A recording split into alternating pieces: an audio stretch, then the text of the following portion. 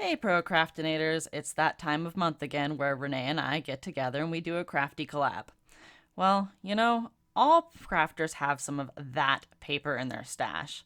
The paper that sits and collects dust, or you ask yourself, what in the world was I thinking when I bought that paper?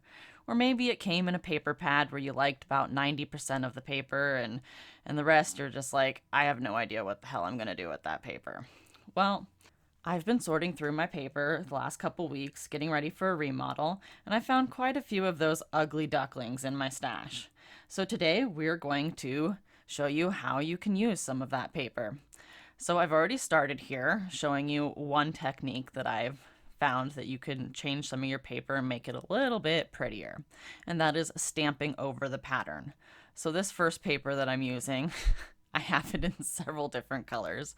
I pick up or used to pick up quite a few large lots of things on Craigslist to kind of get a larger stash of stuff when I first started crafting.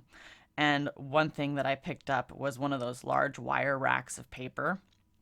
Well, I wanted the rack, but one of the racks that I got came with like 1,500 pieces of pattern paper. And this was one of those pieces. And this kind of reminds me of like, I don't know, eyeballs or something. And it is so ugly, or at least in my opinion, it's ugly.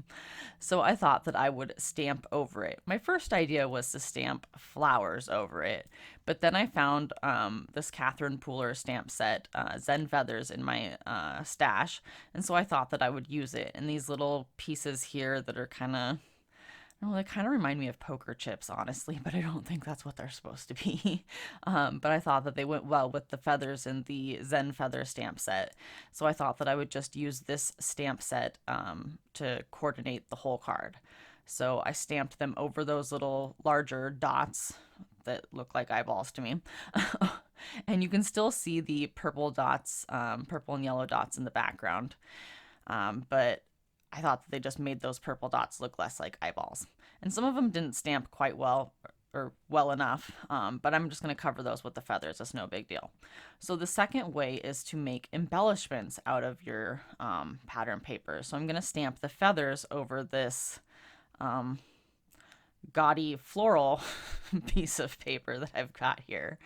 And then I'm going to do some shading with it with my Copics, shade the feather a little bit, and then we're going to heat emboss with some holographic embossing powder that I've got. So I'm going to use a Copic Safe ink first, then I'm going to do my shading off camera, and so I've got half of the feather shaded and half of it not, just so you can see the difference here of how it looks with it shaded and not shaded. I'm going to shade the rest of it on camera, or off camera, I mean. And then I'm going to do the heat embossing here for you. So I'm just prepping it with my anti-static powder tool, and then I'm going to come in with some VersaFine Clair and Nocturne. And you could use Versamark too, it doesn't really matter. I just figured I'd use the Nocturne because it was already sitting on my desk. And then I will pour the embossing powder over it after I get a good stamping here. And then of course heat set off camera because that's just how I do things. And so then I'm going to pull this out of my stamp platform and pour that holographic embossing powder over it. And the shading doesn't show up real well on camera after I do this, but it does show up in real life. So that wasn't a complete waste of time here. So you can see how pretty and sparkly this is and how it looks. And then this stamp set has a coordinating die set, and I will cut that out off screen. So the third way that I have here is stenciling over the pattern. So I've got this kind of square geometric type pattern paper here. The purple matches perfectly with that little eyeball pattern that I had. So I'm just going to take this stencil from the Rabbit Hole Designs. This was called, I believe, the Dotted Flower Stencil. Let's see here. Yes, dotted flower stencil. I'm taking that same picked raspberry and oxide that I used earlier to stamp over the other pattern, and I'm just going to take this stencil and stencil just a little bit because I am going to use a flower stamp from that Zen Feather stamp set to stamp over this. So I'm just going to rotate the stencil here because I wanted more dots so that they would fill in my flower. Just rotate this and then we'll stencil some more. Get that secured on there nicely. Do a little bit more stenciling real quick. And like I said, I just need a little bit of this stencil, not a lot. I filled in more than I needed, but it's better to have too much than too little. And I thought that pattern looked really cool as it is, but I'm not using the whole thing. So I just got my flower in my stamp positioner here. I'm going to ink, well, I'm going to put my put my embossing tool here over it, my anti-static powder tool.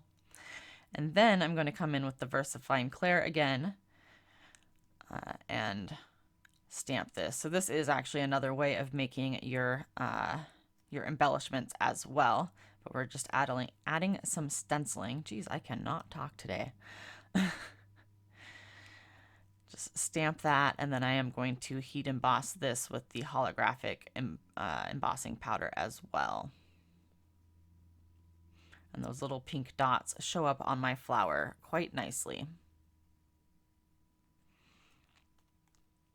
And I did make sure that the oxide was dry before I did this, but that is all personal preference. You could emboss the little oxide dots as well, and that would have looked nice too.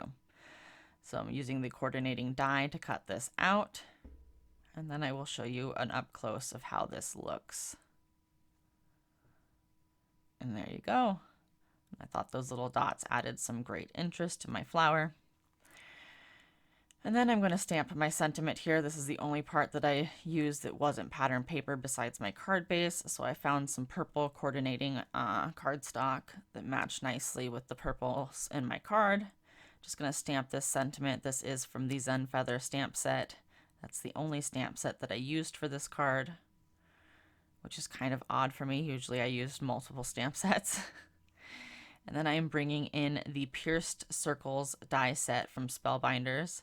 So one of these dies has pierced little dots on it, and then the other die cuts. So I'm just going to line these up. I did decide to do it a little off center, and you will see why when I start putting my card together. I'm just going to line these up and tape them down so they don't shift when I die cut this. It does take me a second here to line these up. If anybody has any tricks for this, I would appreciate it. My hands shake and then I shift the dies, and I just have a heck of a time when I'm trying to line two dies up like this. But there we go. Got them taped down. I'm going to run that through my die cutting machine. And then technique number 4, our last technique, is to use the pattern paper as a matting layer. So I'm going to use that square geometric type pattern paper as a matting layer. So you're just going to see the edges of it, and that kind of gives my card a little bit of interest, because you'll see the little, since the squares are different shades of purple, you're just going to see just a little bit of that peeking out. So it's just going to give me a little bit different variation in the colors there. And I thought that that was just a little bit different than using a plain piece of purple cardstock for my matting layer. So I did cut out a couple extra dies of the feathers and the flower to stack those up and give it a little bit of dimension. Then I'm going to use a couple of these foam squares on the feather that is going to be stacked on top of the other feather, and a couple on the flower that's going to be stacked on top of both of those feathers as well. So we're just going to get everything put together here. I'm just lining up that feather and figuring out exactly where I need those foam squares, where it's going to be hanging off of the feather that's on the bottom, so I can kind of make it stack a little bit more evenly. And then I will use some liquid adhesive to adhere the feather on top of the other feather where there's no foam squares. And it did take just a few seconds for that glue to dry, where the holographic embossing powder was, or is, I guess. And then I took just a second to figure out exactly where I wanted that flower to be, so it didn't look funny, because I felt like covering up the little I don't know what you call that. The little bottoms of the feather, the quill, the pointy end, whatever you want to call that. I felt it looked funny if I covered that up entirely, so I wanted to make sure that I kind of offset that a little bit and showed that they were actually feathers. And then my feather popped up a little bit, so I just took one of those release papers from the foam squares, put a little bit of glue on that, and then shimmied it in between the two feathers. So this is the reason why I cut my sentiment off center, because I knew that I was going to have that circle hang off the edge and I was going to cut the excess off. So I did not need my sentiment to be perfectly in the center of that circle. So I'm just going to adhere that down with some liquid glue and press it down, and then I will flip that card front over and cut the excess off. Just going to cut the excess off with my scissors, and then we're going to move on to stamping the inside of the card. Now, I didn't do a whole lot of stamping on the inside of the card. I wasn't sure exactly what sentiment I wanted to put on the inside of this, so I am just going to, you can see I almost put my front on the card before stamping the inside, and because it's dimensional, I do not want to do that. So now we're going to move on to stamping that feather in the inside. So I just decided to take the feather and stamp it in picked raspberry distress oxide ink, and that is all I did to the inside. I will pick a sentiment later when I decide to send this card to somebody. That way I have a perfect sentiment for the inside for whatever occasion I decide to send this, or whoever I decide to send it to.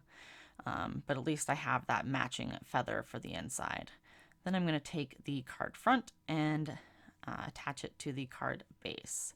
And because I figured the ink on the inside was a little wet still probably, I decided not to close my card front, because I have done that before where I close it when the ink's wet and then it transfers to the back of of the front of the card on the inside. So that finishes up my card for today. I hope that you enjoyed the 4 ways that I showed how you can change your ugly pattern paper into something pretty and make it usable for you, because I know we all have that paper in our stash that is just not usable, or you don't know what to do with it to make it usable. Don't forget, this is a collaboration with Renee over at Delaney Jane Cards. I will have the link to her channel or her video in the description box below. And as always, have a great day.